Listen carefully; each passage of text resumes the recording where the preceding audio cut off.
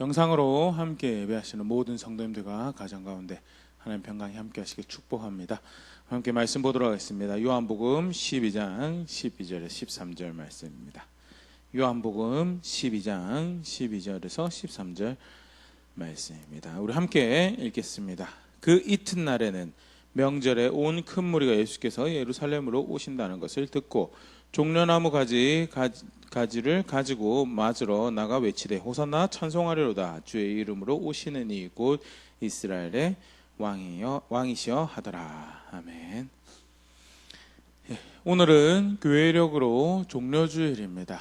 종려주일은 예수님께서 십자가에 못 박히시기 전 마지막 한 주를 이제 고난 받으시면서 예루살렘에 보내시기 위해서 예루살렘에 올라오실 때, 우리 좀 전에 이것도 본문에서 그렇게 표현되어 있지만요, 사람들이 종려나무 가지를 가지고 예수님에 대한 존경의 표현을, 또 그의 권위를 인정하는 그런 마중을 했던 것을 기념하는 그런 날이죠. 흥미롭게도 사복음서 기자들이 예수님에 대해서 공동체 또 교회에 또 사람들에게 알리면서 꼭 알았으면 좋겠다라고 기록하고 있는, 그래서 사복음서 모두에 기록되어지고 있는 사건이 사실 바로 종려주일에 관한 기록인데요. 오늘 그 말씀 다시 한 번 더 생각해 보도록 하겠습니다.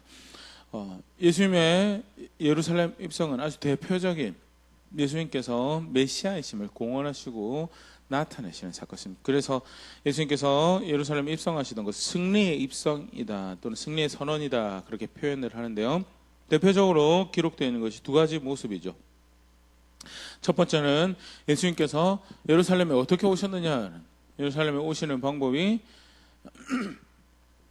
여리고를 지나서 예루살렘 동편에서 감람산을 이렇게 내려와서 이렇게 입성하시던 그런 모습이 기록되어 있는데요. 마가복음 11장 1절에 이렇게 기록되어 있습니다. 그들이 예루살렘에 가까이 와서 감람산 벳바게와 베다니에 이르렀을 때 예수께서 제자 중 둘을 보내시며 이제 예루살렘에 접근하시는데, 예루살렘 동편에서 그렇게 접근하셨더라. 근데 그냥 거기 계셨던 뭐 그쪽 동쪽 지역에 계시다가 예루살렘으로 오시니까 동편에서 오신 모양이죠. 근데 스가랴 선지자가 스가랴 14장 4절, 그날에 그의 발이 예루살렘 앞 곧 동쪽 감람산에 서실 것이요 감람산은 그 한가운데가 동서로 갈라져 매우 큰 골짜기가 되어서 산 절반은 북으로 절반은 남으로 옮기고, 메시아가 올 것인데, 하나님께서 보내시는 구원자가 오실 것인데, 그렇게 해서 하나님 나라를 펼쳐갈 왕이 오실 것인데, 그가 어디서 오실 것이냐, 그가 예루살렘 동편 감람산에서 서실 것이다 라고 그렇게 예언을 했던 구약의 기록이 하나님께 주시는 약속의 말씀이 있습니다.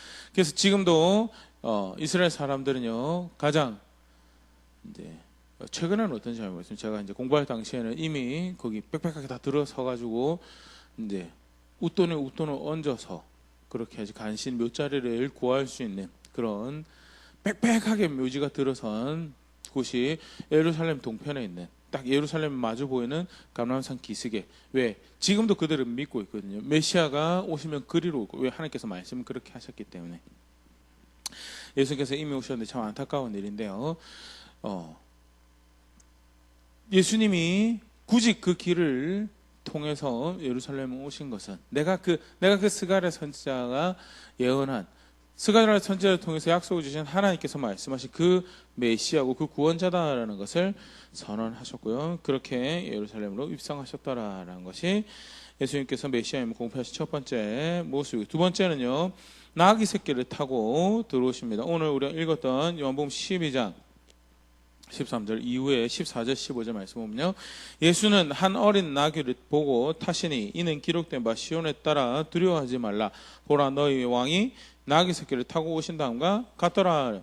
이미 요한이 예수님께서 나귀 새끼를 타신 것이, 말씀하신 것을 이루시는 왕이 나귀 새끼를 탈 것을 예언하신 것을 성취하는 부분인 것에 대해서 이야기를 설명을 하고 있는데요. 스가랴 9장 9절에 시온에 따라 크게 기뻐할지어다 예루살렘에 따라 즐거이 부를지어다 보라 너의 왕이 너에게 임하시나니 그는 공의로우시며 구원을 베푸시며 겸손하여서 나귀를 타시나니 나귀의 작은 것 곧 나귀 새끼니라. 한 번도 멍에를 메어본 적이 없는 특별한 일을 위해서 구별되어진 동물이란 표현이죠. 근데 그냥 좀 괜찮은 준수한 동물이 아니고 나귀, 그리고 그것도 나귀 새끼를 타고 들어오시는 왕에 대한 예언이 있었고, 예수님이 그렇게 의도적으로 나귀 새끼를 타고 들어오시면 내가 그 메시아다라는 것을 공표하시고 알리시는 그런 사건이 뭐냐, 그게 첫 번째 종려 주일날 예루살렘에 입성하실 때 예수님께서 보여주셨던 모습이다는. 그때 또 이제 일종의 이제 승리의 모습이죠. 백성들이 겉옷을 깔고 예수님을 환영을 합니다. 겉옷을 깐다라는 것은 권위가 거기에 있다라는 것을 암시하는 표현이죠. 마가복음 11장 7절 8절 나귀 새끼를 예수께로 끌고 와서 자기들의 겉옷을 그 위에 얹어 놓음에 예수께서 타시니 많은 사람들은 자기들의 겉옷을 또 다른 이들은 들에서 벤 나뭇가지를 길에 펴며 나귀 새끼를 타고 오시는데 그 길에 자신들의 겉옷을 내려놓으면서 사람들이 예수님을 환영을 하고 예수님을 존중하고 예수님을 이렇게 환호하는 그런 모습이 기록되어 있고요. 단순히 우리로 치면 요즘 레드카펫 같은 느낌이겠죠. 사람들이 겉옷을 쭉 깔아서 길을 만들어서 나귀 새끼를 타신 예수님이 그것을 밟고 예루살렘 쭉 입성하는 그런 장면이 연상이 되고, 그 다음에 거기서 끝나는 것이 아니라 6월절 부르는 찬양을, 구원의 하나님을 바라며 구원을 바라는 그들 간절함을 고백하는 찬양을 그날 예수님 향해서 부릅니다. 그것이 이제 우리가 잘 아는 호산나라는 고백이죠. 요한복음 12장 13절에도 기록되는데 호산나 찬송하리로다 주의 이름으로 오시는 이 곧 이스라엘 왕이시여. 이게 전통적으로 6월절 부르던 찬양, 6월절 부르던 고백, 시편 118편 25절 26절 기록되어 있는 찬양을 인용합니다. 여러 사복음서에 다 기록이 되어 있으면서 호산나라는 것을 기록한 복음서 기자가 있다면 또 다른 부분을 인용해서 기록하면서 그날 예루살렘에서 불려지던 찬양이 이 찬양이었구나라는 것을 이렇게 연상시키는 그런 방식으로 기록을 하고 있는데요. 시편 118편 25절 26절 읽어드리면요. 여호와의 구하옵나니 이제 구원하소서.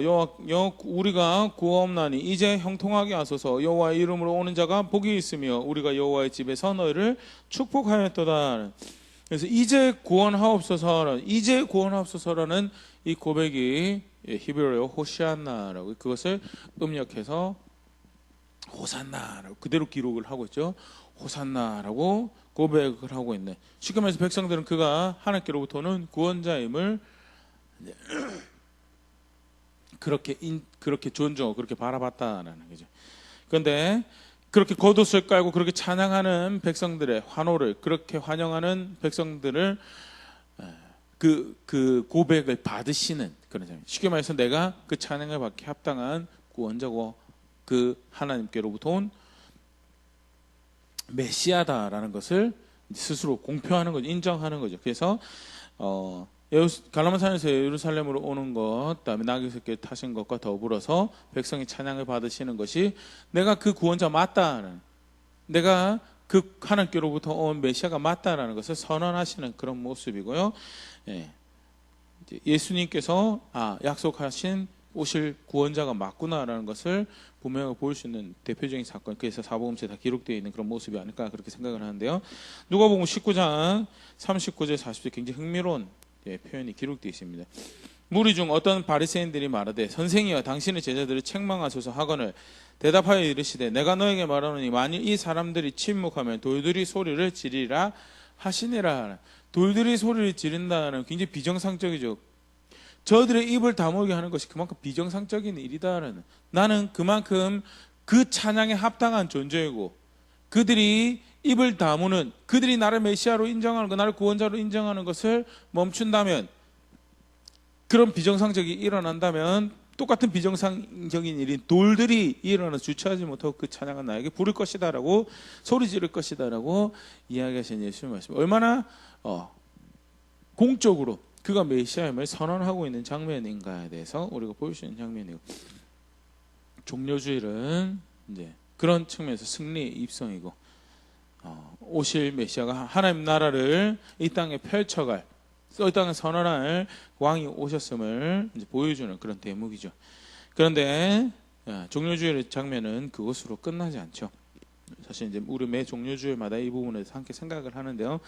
정작 그렇게 노래를 부르고 정작 그렇게 소리를 지르고 환호하지만 안타까운 것은 지금 무슨 일이 벌어지고 있는지 깨닫지 못했다는.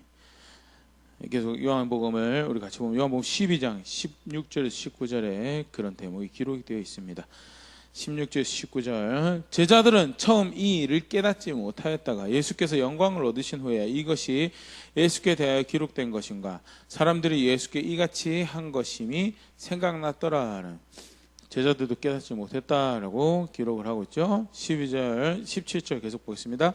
나사로를 무덤에서 불러내어 죽은 자 가운데 살리실 때 함께 있던 무리가 증언한지라. 이에 무리가 예수를 맞음으로 이 표적 행하심을 들었음이라. 깨닫지도 못하는데 어떻게 환영했느냐. 죽은 사람 살려냈다고 그러니까. 그리고 그가 이렇게 예루살렘을 오시니까. 정치적, 군사적, 경제적 중심지인 예루살렘에 그가 이렇게 오시니까 그가 놀라운 일을 행할 것이고 죽은 자도 살리신 선생님이라면 뭔가 우리에게 좋은 것을 할 것이다라는 그런 기대감에 불렀다는. 19절에 뭐라고 이야기하냐면요. 바리새인들이 서로 말하되 볼지어다 너희 하는 일이 있을 때부터 보라 온 세상이 그를 따르는도다 하니라는. 그 열정이 얼마나 시끌벅적하고 그 열정이 얼마나 그 당시에 온 도시를 가득했던지 바리새인들 표현이 있어요. 온 세상이 그를 따른다. 마치 온 세상이 그를 따르는 것 같아서 그를 부정하고 그를 죽이려고 하는 모든 시도가 헛된 것 같다. 그를 반대하는 모든 시도가 헛된 것 같다라고 이야기할 만큼 깨닫지 못함에도 불구하고 엄청난 소요가 엄청난 환호가 있었다는 것을 보일 수 있고요. 그런데 동시에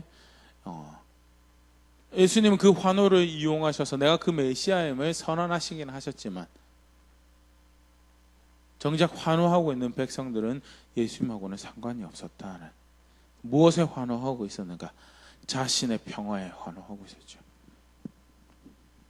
자신이 기대하는 바가 이루어질 것을 환호하고 자기의 욕심이 이루어질 것을 환호하고 있었는데 정작 표적을 보여주신, 그래서 내가 하나님 나라를 이곳에서 펼쳐갈 것이니 하나님 앞에 다 무릎 꿇자라는 것에 대해서 거절한 거죠.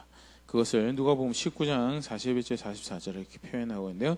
예수님께서 그렇게 예루살렘에 가까이 오시는데 가까이 오셔서 41절 가까이 오셔서 성을 보시고 우시면 슬퍼하셨다는. 환호하고 실제로 그들의 고백이 정말 그들의 신앙의 고백이었으면, 그래서 표적 앞에 정말 하나님께로부터 오신 분이시구나라고 해서 그의 말씀 앞에 무릎 꿇고 그가 주가 되고 그가 왕이 되어서 하나님 나라가 펼쳐가는 그 통치가 자신의 삶을 다스리는 자리에 무릎 꿇고 그렇게 존중하고 그 권위를 인정하였다면 우실 일이 아니죠. 근데 그게 아니었다라는. 그러면 사실 이 말씀이 사실 그겁니다. 42절 이르시되 너도 오늘 평화에 관한 일을 알았더라면 좋았을 뻔하였거니와 지금 너희 눈에 숨겨졌도다. 평화에 관한 일을, 오늘 평화를 주는 이 일에 대해서 너희가 알았으면, 여기 쉽게 말해서 여기서 말하는 평화는 사람들이 생각하는 평화와 다른 거죠. 사람들이 기대하는 세상이 주는 평화와 다른, 예수님께서 주시는 결국 하나님 나라, 하나님의 통치, 그 하나님의 질서에 의해서 가져오는 평화를 의미하는 것이고요. 이 사람들이 예수님을 환호는 하는데 기적 베푸는 선생으로 인해서 환호하는 것이지 정작 하나님의 메시아로서 그를 환영하고 있는 것은 아니다라는 게, 너희 눈에는 숨겨졌다라는 것은 하나님께서 의도적으로 그들 눈에 가르쳤다라는 그런 표현보다는요, 그들의 욕심으로 인해서 그것을 보지 못하는 것에 대해서. 43절 그렇기 때문에 그들에게 임할 심판의 43절 44절에 대해서 날이 이를지라 내 원수들이 토돈을 쌓고 너를 둘러 사면으로 가두고 또 너와 및 그 가운데 있는 내 자식들을 땅에 메어치며 돌 하나도 돌 위에 남기지 아니하리니 이는 네가 보살핌을 받는 날을 알지 못함으로 인함이라 하시니라. 보살핌을 받는 날이 뭐죠? 하나님께서 선지자들을 보내시고 하나님 사람들을 보내시고 결국 하나님 아들마저 보내셔서 하나님께로 돌이키라 하라고, 하나님께로 돌이키라 하라고 하나님, 그렇게 하나님 말씀에 순종해서 본래 하나님 백성이 있어야 할 자리에 있자라고 그렇게 보살피시는데, 그것에 대해서 귀를 막고 마음을 강팍하게 하고 자신들이 원하는 평화를, 이 정도 문제는 좀 해결해 주셔야 되지 않겠습니까? 정치적으로도 군사적으로도 경제적으로도 보살핌 받고, 그래서 결국 하나님께로 인도하시는 그 인도하심과 도우심은 거절한 채 자신의 평화를 바랬던 것이 결국 너희를 심판 가운데로 인도할 거예요. 사실은 이제 굉장히 사실 흥미로운, 다시 설교 준비하면서 생각해봤던 거예요. 일종의 쉽게 말해서 예수를 믿었으면, 그 당시 예수님께서 하나님께서 보내신 구원자고 그래서 예수님께서 선언하신 말씀을 믿었더라면, 그러면 이스라엘이 로마에 의해서 멸망당할 일은 면했을까? 사실 그런 표현이잖아요. 토둔을 쌓고 너를 사면을 가두고 돌 하나도 돌 위에 남기지 않으면 철저하게 막은, 사실 예수님 돌아가시고 난 다음에 주 70년, AD 70년에 실제 그런 일이 벌어지거든요. 근데 AD 70년에 로마가 예루살렘을 그렇게 바싹 멸망시킨 그 빌미는 유대인들이 제공을 했어요. 너무나 빈번하게 반란을 계속 일으키니까, 반란을 계속, 로마의 통치에 굴복하지 않고 반란을 계속 일으키니까 초토화시켜버리고, 식민지보다는 이제 괴뢰 정부를 세워서 그렇게 운영하기보다는 직접 이제 다 흩어버리고 로마식으로 만들어 버려야 되겠다라는 이런 그런 선택을 하게 되고, 결국 그래서 비참하게 망하게 되는 그런 이들을 경험하게 되는데요. 개인적으로는 예수님 믿었으면 적어도 이 사람들이 정치적 하나님 나라를, 군사적 하나님 나라를, 경제적 하나님 나라를 바라지는 않았을 거고, 그러면 오늘 여기서 말씀하시는 것처럼 멸망당하는 좀 면하지 않았을까, 그런 생각도 본문 보면서 개인적으로 해보게 되는데요. 분명한 것은 그들이 예수님이 전하셨던 평화에 대해서는 별로 관심이 없었다는, 하나님 나라의 평화는 관심이 있어. 그러면 뭐 때문에 예수님께 하는? 자신들의 평화를 위해서. 자신들의 평화. 그가 내 배를 채우실 것. 그 5개 떡과 물고기 2마리로 또 그 많은 사람을 먹였는데 그가 내 배를 채우실 수 있을 것이다. 그가 그렇게 힘이 세신데 군사적으로 정치적으로 자유를 줄 것이다, 경제적으로 우리를 해방시켜 줄 것이다 라는 그 평화에 관심이 있어서 환호를 했지, 하나님 나라의 평화에 대해서, 예수님에서 선포되어진, 선언되어진 하나님 나라의 평화에 대해서, 하나님 다스림 가운데 자신의 머리를 조아리고 자신의 삶을 내려놓고, 그래서 내가 그 메시아로 선언되어지는 하나님 나라에 내가 들어가 그 나라에 이제 살겠습니다라는 그런 고백에는 별로 관심이 없었기 때문에 예수님께서 선언하시는 거는 선언하시지만 무지 가운데 죽을 길로 가고 있는 백성들에서 슬퍼하셨다라는 것이 종려주일의 이제 동전의 양면과 같은 모습이죠. 한쪽 측면에서는 오실 메시아로서 그가 하나님께서 보내신 자이심을 선언하신다면, 반대쪽 측면에서는 그것과 전혀 상관없이 자신들의 욕심으로 충만하여서 예수님을 바라보고 있는 자들로 인해서 슬퍼하시는 것이, 정말 우리가 예수님 오늘 따라가고 있는 우리들에게 경종을 울리는, 특별히 예수님의 십자가와 부활에 대해서 다시 기억하고 감사하는 그 시기를, 지금 계속 또 우리 계속 그런 여정이죠. 그런데 특별히 거기에 대해 좀 집중적으로 생각해보는 그 시기를 앞두고요. 나는 정말 예수님의 십자가를, 부활을 예수님께서 의도하셨던 대로 믿고, 예수님께서 의도하셨던 대로 그를 존중하고, 그래서 그렇게 의도하셨던 대로 하나님 나라에 거하고 하나님 나라를 바라보고 살아가고 있는가? 아니면 나도 오늘 이 본문에서 등장하고 있는 제자들과 사람들과 별반 다를 것이 없이 나의 평화를 위해서 예수님이 이용하려는 그런 자리에서 동상이몽이라고 그러죠. 똑같은 거 보고 다른 꿈 꾸고 있는 그런 자리에 있지는 않은지, 이렇게 생각해 볼 수 있는 중요한 말씀이랄까 생각되시는데요. 계속 조금 더 보면요. 그런 온갖 추악한 욕망들, 추악한 꿈들이 난무하는 가운데, 그럴싸한 고백 뒤에 추악한 꿈들이 난무하는 가운데, 그래도 예수님은 순전한 걸음을 이루어 가시는데, 예수님의 그 승리를 향한 걸음, 죽음을 향한 십자가의 승리를 향한 걸음이죠. 그 걸음은요, 첫 번째 분명하게 보여주는 것이 따라야 할 법이 있다. 어떻게 보면 저는 기분 나쁠 것 같기도 해요. 그들이 나를 바라고 있는 게 아니라 나를 인정하고 있는 게 아니거든. 그들이 존중하는 것은 그들의 욕심으로 만들어낸 그들의 메시아를 존중하고 있는 것이지.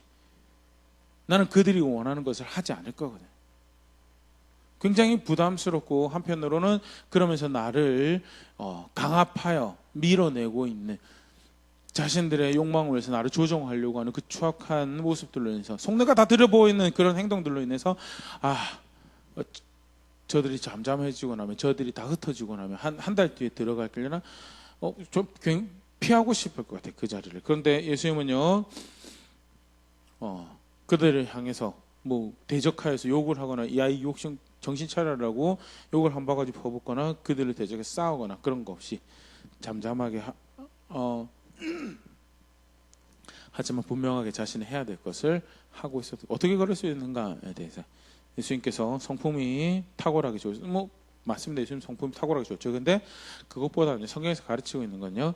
요한이 이렇게 기록하고 있는 모습, 예수님께서 예루살렘에 이렇게 들어가셔서 그 다음에 제자들하고 이렇게 나누는 대화에서 이런 대목이 기록되어 있습니다. 요한복음 12장 27절 28절 지금 내 마음이 괴로우니 무슨 말을 하리요 아버지여 나를 구원하여 이때를 면하게 하여 주옵소서. 그러나 내가 이를 위하여 이때에 왔나이다. 아버지여 아버지의 이름을 영광스럽게 하옵소서 하시니 이에 하늘에서 소리가 나서 이르되 내가 이미 영광스럽게 하였고 또다시 영광스럽게 하리라 하시니 예수님도 인간의 생각 인간의 마음이었으면 피하고 싶은 자리 피하고 싶은 걸음 피하고 싶은 여정을 지금 가고 있는 거에 대해서 그 앞에 예루살렘 들어오실 때도 비슷하지 않았을까 그렇게 생각해 보시는 그런데도 불구하고 그 길을 가시는 이유는 그것을 위해서 보냄을 받았기 때문에 주어진 사명이 있고 수행해야 될 법이 있고 뜻이 있기에 추구해야 될 목적이 있기에 그 자신이 정한 게 아니죠. 자신은 따르겠으면 그게 빌립보서의 표현이죠. 하나님과 동독이 될 것을 취하지 않으시고 종의 형체를 가지시고 주기까지 순종하셨다는 괴롭다라고 면하고 싶다라고 하지만 따라야 될 걸음이 있고 따라야 될 뜻이 있고 따라야 될 법이 있고 따라야 될 계획이 있고 그래서 나는 그것을 따릅니다. 따라야 할 법이 있어서 내가 그것을 따릅니다. 나아가서요. 법이 존재하고 존중해야 될 목적이 존재하고 뜻이 존재하고 그리고 그것을 따라 행하는 것이 그게 하나님 향한 진정한 신뢰고 그게 하나님 향한 존중이고 다르게 말하면 그게 하나님 향한 신앙이다. 뒤에 이제 입성하시고 난 다음에 제자들 가르치시면서 요한복음 우리가 잘 아는 포도나무 비유도 그때 등장을 하는데요. 요한복음 15장 10절 내가 아버지의 계명을 지켜 그의 사랑 안에 거하는 것 같이 너희도 내 계명을 지키면 내 사랑 안에 거하리라.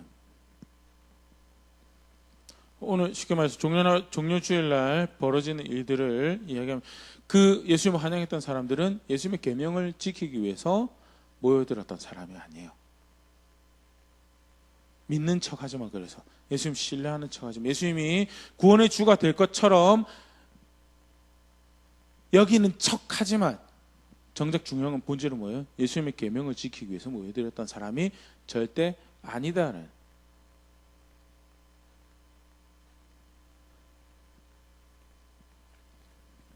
그게 동상이몽을 이렇게 정직하게 보일 수 있는 모습이 아닐까 생각되어지는데요. 예수님은요, 예수님 믿는 자기가 하나님을 어떻게 신뢰하고 믿고 있는 내가 아버지 계명을 지켜서 그렇게 하고 있다. 그래서 너희도 나를 따르는 것은 내 계명을 지키는 것이다. 예수님이 어떻게 그 상황에서 예루살렘 성을 향해서 걸음걸음 떼서 갈 수 있었는가에 대해 순전한 모습이죠. 분명한 따라야 될 뜻이 있고 따라야 될 목적이 있고 따라야 할 법이 있고 따라야 할 명령이 있고 나는 단지 그것을 행할 뿐이다 라고 종료주일은 그렇게 첫 번째 종료주일은 그렇게 우리의 신앙에 대해서 다시 한번 더 우리가 예수를 어떻게 알고 있는지 점검해 볼 수 있는 질문을 우리에게 던지고 있습니다. 예수님을 복음을 받았죠. 복음을 들었죠. 예수 믿으면 잘 된대. 예수 믿으면 천국 간대. 예수 믿으면 하나님 나라에 간대. 하나님 나라가 우리 것이래. 틀린 내용 하나도 없습니다. 그런데 중요한 것은 하나씩 다 빠졌죠. 예수 믿으면 예수님께 순종해야 된대.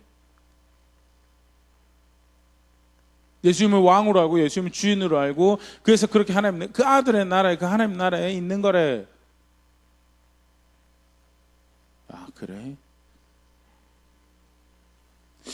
좋게 해주는 거면 생각해 보겠는데 내 병 치료해주고 내 경제적인 상황 개선해주고 내가 갈등하고 있는 어려운 문제도 해결해주면 능히 그렇게 하실 수 있는 분이시죠. 그런데 하나님이 그렇게 하는 것 별개로 우리가 그를 향해서 신앙을 가지고 내가 그 하나님 백성입니다. 내가 그 하나님을 나의 구원으로 나의 소망으로 압니다라고 고백하는 것은 그의 계명에 따라 그의 명령에 따라 우리 지난 금요일도 살펴봤듯이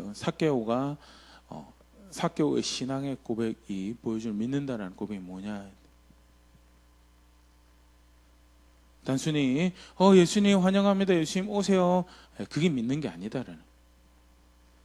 잘못된 법에 의해서 잘못되어진 거룩하지 않는 깨끗하지 않은 삶에서 돌이켜서 마음 깊은 곳에서부터 거룩한 것을 사랑하고 하나님의 명령을 사랑하고 그래서 내가 이전에 하나님께서 내 재물 안에 주셨던 나누라고 주신 영역에 대해서 내가 그렇게 하지 못한 거에 대해서 내가 돌이켜서 절반에는 내가 그것을 그들을 위해서 사용하며 정말 앞으로는 신실하게 그것을 사랑하며 그것을 존중하며 살 것입니다라고 고백하는 것이 그게 삭개오의 신앙의 고백이었죠. 다른 사람의 권리를 보호하지 않고 다른 사람을 해하며 자신의 지갑을 창고를 채웠던 거에 대해서 배상을 해야 되는 것이 그게 그 잘못된 것이 그것을 고쳐야 되는 거. 그래서 배상을 하는 것이 원칙인데 그것을 내가 내 마음 깊은 곳에 그것을 더 심히 품고 내가 그것을 사랑하고 그것을 존중해서 규례보다 더 많은 양을 내가 배상을 하도록 내가 그렇게 그 법을 사랑하고 따를 것입니다라는 것이 그 명령 가운데 내가 살아갈 것입니다라는 것이 삭개오의 고백. 그게 믿는다는 것. 그때 예수님께서 오늘 이 집에 구원이 임했다라고 이야기하셨던 것은요. 절대 간과할 수 없는 믿음에 대한 신앙에 대한 중요한 기준을 이야기하고 있는 거예요. 오늘 종료주일의 이 사건 앞에서 다시 한 번 더 우리가 생각해 봐야 될 영역이 아닐까 생각되어집니다. 성경에 나오는 많은 사람들이 그런 동상이몽을 꿨습니다. 우리 너무 잘 아는 여로보암 같은 경우에도 하나님께서 왕을 시켜주셨어요. 다윗의 혈통이 아닌데 왕을 시켜주셨어요. 하나님 자기 나라를 만들어준 겁니까? 아니요. 물론 표현은 그렇게 합니다. 다윗의 나라, 여로보암의 나라 뭐 그렇게 표현하는데 엄격하게 따지면 여로보암 나라를 만들어준 게 아니죠. 여로보암 왕을 삼아서 누구를 돌보도록 한 거죠? 하나님의 백성들을 하나님 나라를 돌보도록 한 거에 대해서 여로보암은 하나님은 그런 뜻을 가지고 그래서 내 명령의 규례를 잘 지켜 행하라라고 그리고 왕을 삼아 놓은 건데 자신의 나라를 만들죠. 자신의 나라를 자기가 위하려다 보니까 뭘 만들어야 돼요? 자기가 원하는 여호와를 만들어야 돼요. 왜? 그러지 않으면 백성들이 예루살렘으로 내려갈 것이기 때문에. 자기가 원하는 여호와를 섬기는 신앙을 만들어내야 되고요. 그 신앙을 자기가 원하는 대로 인도해 줄 제사장들이 필요해요. 자기가 원하는 자기 정치적 목적을 거두어줄 제사장과 자기 정치적 목적을 거두어줄 자기 욕심을 거두어줄 신앙을 만들어내. 그게 금송아지를 만들고 그리고 여호와 섬긴다라는 거죠.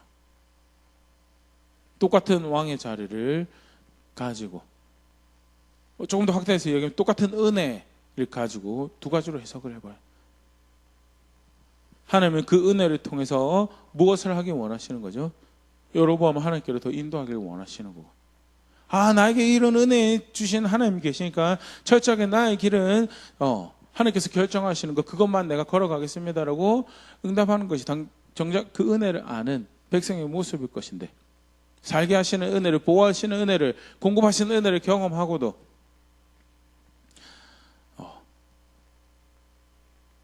좋네. 나는 그래서 이 정도는 누려야 되겠고 하나님 계속 와서 제 뒤치다거리 좀 해주십시오. 말로는 그렇게 안 하죠. 말로는 여호와를 섬긴다라고 하죠. 그게 여로보암의 모습이죠.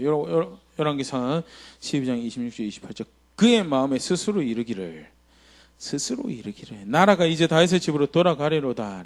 만일 이 백성이 예루살렘에 있는 여호와의 성전에 제사를 드리고자 하여 올라가면 이 백성의 마음이 유다 왕 된 그들의 주 여로보암에게로 돌아가서 나를 죽이고 유다 왕 르호보암에게로 돌아가리로다 하고 이에 계획하고 두 금송아지를 만들고 물에게 말하기를 너희가 다시는 예루살렘에 올라갈 것이 없도다. 이스라엘아 이는 너희를 애굽 땅에서 인도하여 올린 너희의 신들이라 하고.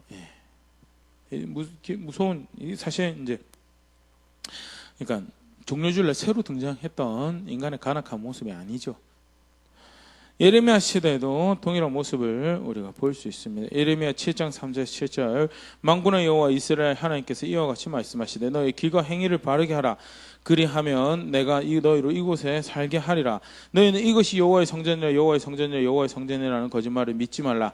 너희가 만일 길과 행위를 참으로 바르게 하여 이웃들 사이에 정의를 행하며 이방인과 고아와 과부를 압제하지 아니하며 무죄한 자의 피를 이곳에 흘리지 아니하며 다른 신들을 뒤를 따라 화를 자초하지 아니하며 내가 너희를 이곳에 살게 하리니 곧 너희 조상에게 영원 무궁토록 준 땅이니라. 여호와의 성전이 아닌 게 아니죠. 문제는 뭐예요? 하나님 함께 하는 게 성전이 있으니까 하나님 우리와 함께 할 거라는 것이 그게 그런 거 없다라는 그 너무 막연한 기대는 그거는 하나님 주신 하나님 가르치신 신앙의 모습이 아니다라는 거예요. 함께 하신다고 하셨잖아요. 그치 그 상징으로 성전을 주셨지. 그런데 뭐가 함께 하는 게 있는데 하나님 법을 따 그래서 하나님께서 예레미야 선지자를 통해서 이야기하죠. 길과 행위를 바르게 하라. 그럼 내가 너를 이곳에 내가 너희와 함께해서 내가 너를 이곳에 살게 할 것이다 라고. 이웃 사이에 정의를 행하고 이방인과 고아 과부를 압제하지 않으면 무죄한 자의 피를 흘리지 않고 착하게 살라는 말이 아니죠. 법을 따라서 내가 명령 하나님의 백성이 어떻게 살아야 될 것인지에 대해서 가르쳐준 대로 그렇게 따라 살아라는 거죠. 그런데 그렇게 하지 않으면서 여호와의 성전에 여호와 하나님 우리와 함께 할 것입니다. 하나님 우리와 함께 하십니다. 하나님 우리와 함께 할 것입니다. 이곳에 임재가 있습니다. 이곳에 임재가 있습니다. 이곳에 임재가 있습니다. 동상이몽이죠. 동상이몽. 하나님 처음 성전 주실 때부터 그렇게 말씀하시지 않으셨어요? 성전은 성막은 상징이에요. 하나님께서 함께 하실 거라고. 더불어서 제사로 예배로 하나님 앞에 서며 하나님 향한 거룩한 삶에 대한 열망을 도전을 확인. 내가 저 거룩하신 분하고 함께하는 백성이구나라는 것을 확인하며, 그래서 내가 거룩한 삶을 살아야 되겠구나. 그의 법을 따라 깨끗하고 정결한 것을 사랑하며 살아야 되겠구나라고 그것을 확인하고 그 열정을 다시 품는 그런 기능을 하고 있었죠. 제사해요. 우리 지금 주일날 와서 예배드려. 하나님 향하는 아무런 열망이 없어요. 실제 삶에 돌아가서 하나님과 함께하는 백성이 성령 하나님 계시니까 하나님 우리 함께 하실 거야. 똑같아요. 성령께서 떠나시는 건 아니겠죠. 떠나시겠다, 버리시겠다고 하신 적은 없으니까.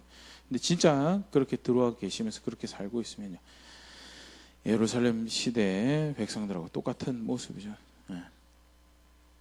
그래서 왜 성령 하나님 우리에게 주셨는데? 법을 마음에 두어서 하나님 떠나지 않도록 하기 위해서. 그 성령 하나님의 세밀한 음성 가운데 그 사역 가운데 하나님 경외할 수 있는 그런 기회들을 계속해서 허락하셔서 하나님 나라에 그들을 심어가기 위해서 주셨는데, 정작 순종할 생각이 하나도 없어요. 거룩한 것을 따라 살아갈 생각이 하나도 없어요. 존중해야 될 뜻과 목적을 향해서 하나님은 성령 하나님의 영을 두셔서 내가 그 가운데 역사하여서 하나님 나라에 그들을 심어가겠다라고 하는데, 하나님 나라에 대한 열망이 하나도 없어요. 그 법을 따라 살아가겠다. 하나님 통치 가운데 내가 거해야 되겠다는 통치를 느낌으로 만들어버리죠. 뉴에이지 묵상가들이 뉴에이지 이상 음악 듣고 어떤 기분에 쫓아가지고 황홀경 들어가는 것처럼 임재를 이해하면요, 무슨 말인지 절대 이해 못하죠. 성전이라 하나님 함께해서 우리가 이곳에 살 것입니다. 거짓말하지 마라. 거짓말하지 마라. 내가 언제 그렇게 이야기했느냐?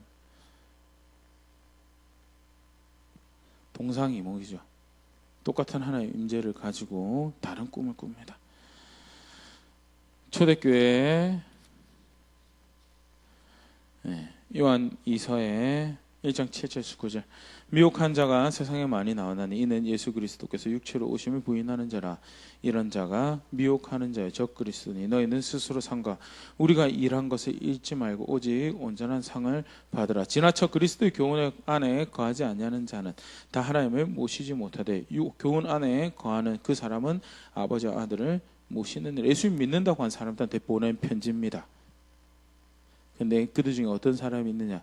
예수님께서 육체로 오셔서 육체에 관련된 명령을 주신 거예요. 육신을 가지고 살아가면서 행해야 될 것을 주신 명령들을 다 부인하는 거예요. 그래서 영적인 예수를 찾아요. 어떤 영적인 접신을 하고 영적인 느낌을 가져가면서 살아요. 그래서 결국 어떻게 돼? 9절에 그리스도의 교훈 안에 거하지 못해요. 육신을 가지고 살아가는 동안에 가난한 것이 복이 있다고, 심령이 가난한 것이 복이 있다고, 애통하는 것이 복이 있다고, 긍휼히 여기는 것이 복이 있다고, 나를 위해서 핍박받고 어려움 당하는 것이 복이 있다고.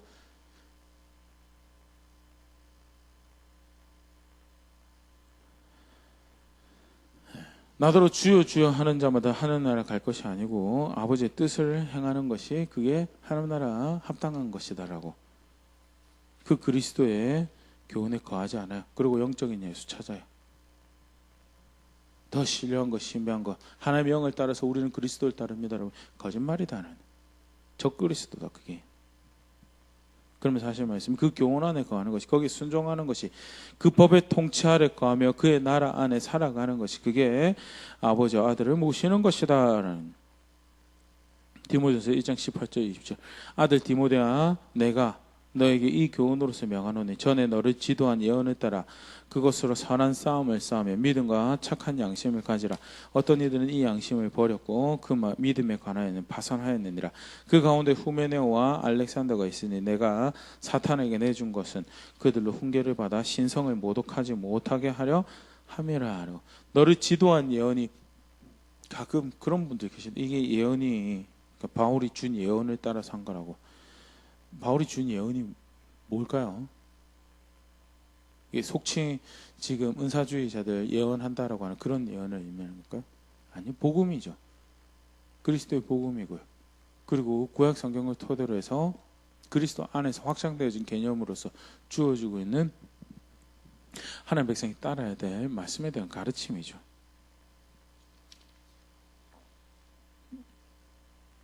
우리 식으로 다시 표현하면 하나님 말, 성경을 말하는 거겠죠.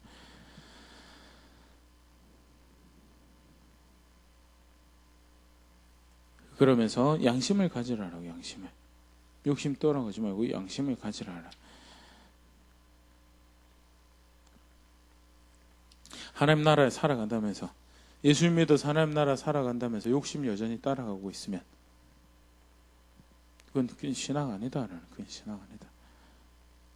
신앙. 오히려 믿는 것에서 파산해버렸다. 아니요, 나름 우리가 주의를 위해서 열심히 가지고 하는 겁니다.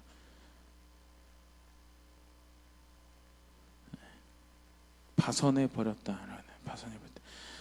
구약적인 개념에서 욕심 따라 살아가, 욕심 따라 하나님 섬기는 거요. 그거는 십계명에서도 사실은 합당한 모습이 아니죠. 신약에서도 마찬가지고. 근데 그러고서도 하나님 위한다라고 살아갈 수 있는 게, 그게 성경 안에서도 소개하고 있는, 오늘 종려줄 안에서도 보면 보일 수 있는, 그들은 예수님을 찬양한 게 아니었어요. 호산나라고 부르면서 자신의 욕심을 부르짖은 거죠. 자기의 욕심에 대한 만족을 부르짖은 거죠. 우리가 기도도 그렇게 할 수 있고 우리 예배도 그렇게 할 수 있어요. 우리 신앙생활이라는 거 다 그렇게 할 수 있어요. 그런데 신앙생활을 딱 제거해 보면요, 너 예수님 말씀 따라 뭐 따라 살고 있니라고. 그러면 다시금 정직하게 우리의 일상, 우리의 삶을 돌아보면 내가 정말 예수님 믿고 있는지, 그래서 그의 나라에 살기 위해서 그의 법을 존중하는 자리에 있는지를 정직하게 볼 수 있지 않을까 생각되어지고요. 종료주일의 첫 번째 종료주일에 대한 기록은요, 분명하게 우리에 대해서 이것을 가르치고 있습니다. 오늘 말씀 가지고 다시 한번 정직하게 돌아볼 수 있으면 좋을 것 같습니다. 나는 예수님을 믿고 있었는지, 나의 욕심을 신봉하고 있었는지, 나는 예수님의 말씀을 따라서 하나님 나라에 살기를 기대하고 그렇게 하나님 나라를 걸음걸음 살아가고 있었는지,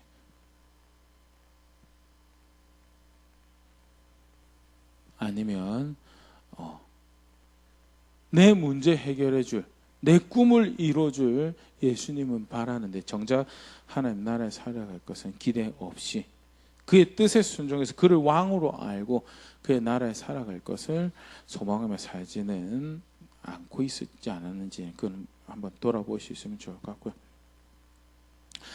무엇을 어떻게 살아가고 그렇게 행하고 있는지 다시 말씀을 정직하게 돌아보면서 돌아갈 자리를 돌아보고 대신 죽으셔서 구원이 되시고 그렇게 하나님 나라에 향한 열려진 길을 허락하신 그 예수님을 왕으로 주인으로 삶에 받아들이고 실제로 그를 그렇게 따라가는 자리에 있을 수 있는 우리 될 수 있으면 좋을 것 같습니다.